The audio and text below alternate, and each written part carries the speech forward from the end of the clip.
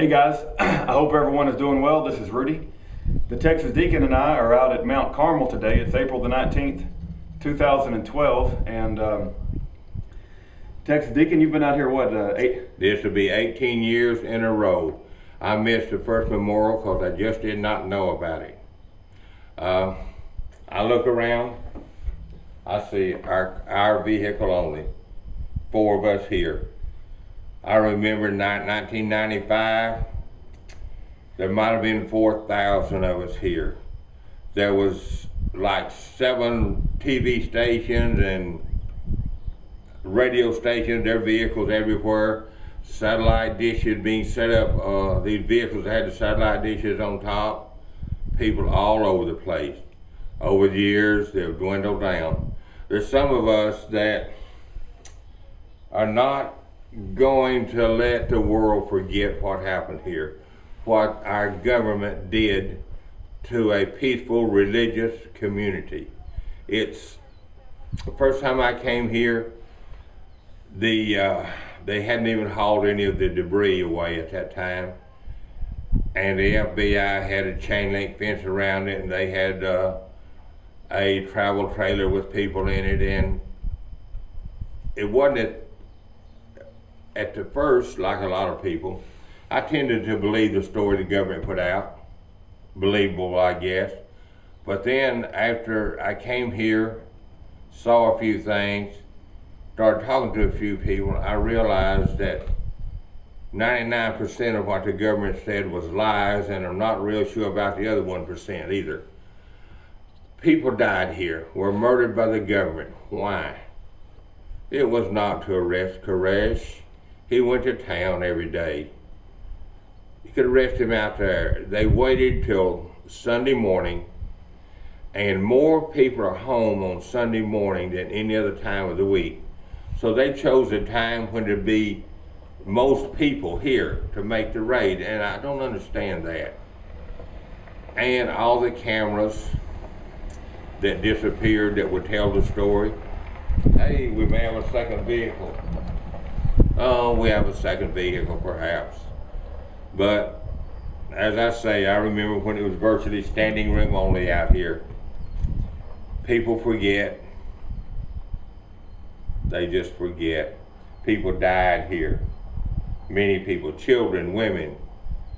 What kind of a police officer would fire into a building knowing that it was full of women and children?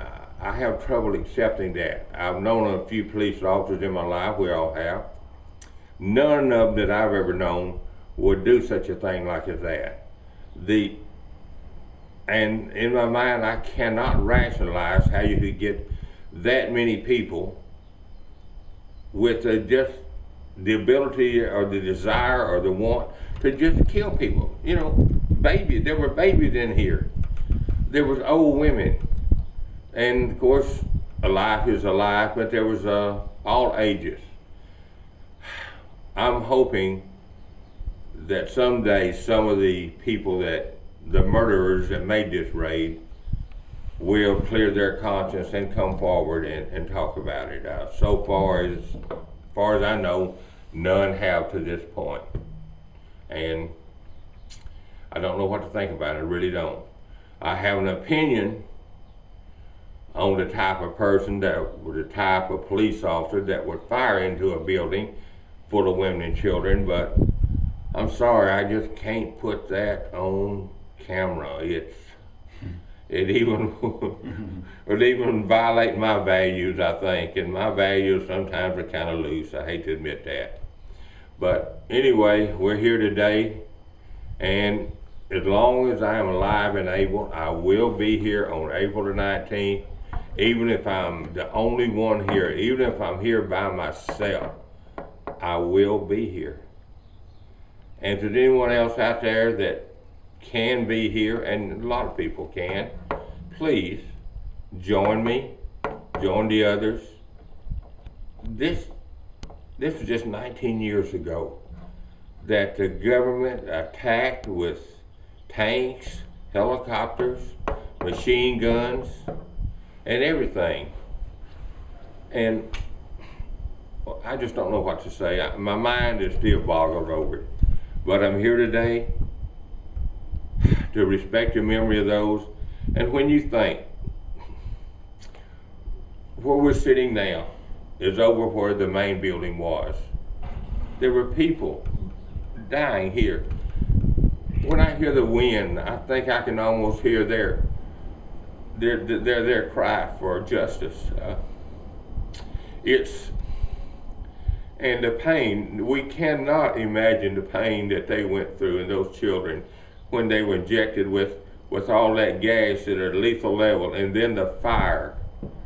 No, we cannot even start to imagine that, and the pain and suffering they go through. It's mind-boggling. I just can't imagine it.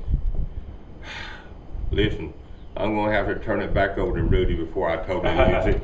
Well, Deacon, you have educated me on what's going on down here, and I want to tell you that I appreciate you for not letting the memory of Waco be forgotten. And today in America, they're trying to take our religious freedoms away. And in America, you can do what we have religious freedom. And I talk to people about what's going on in Waco, and they just don't seem to understand. And so, we need to remember what happened in Waco.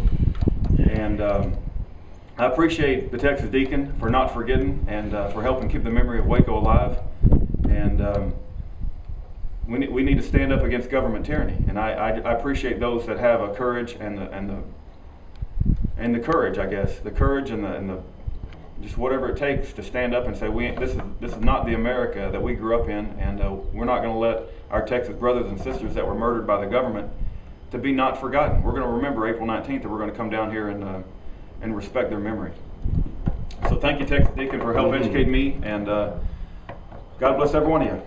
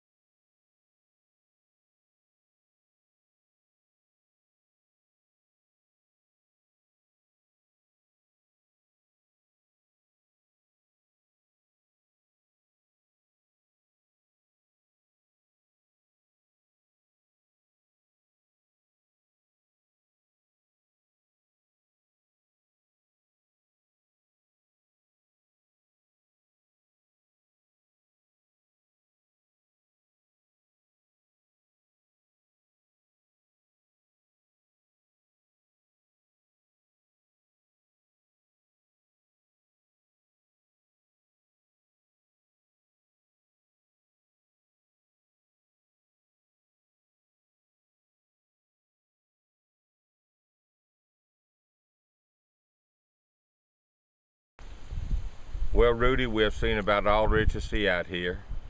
There's a memorial service being held in a few minutes. Clive Doyle will be there, so let's go visit him in the services. And never forget, remember the Alamo, remember Goliad, remember Waco will be the battle cry for Texas from now on.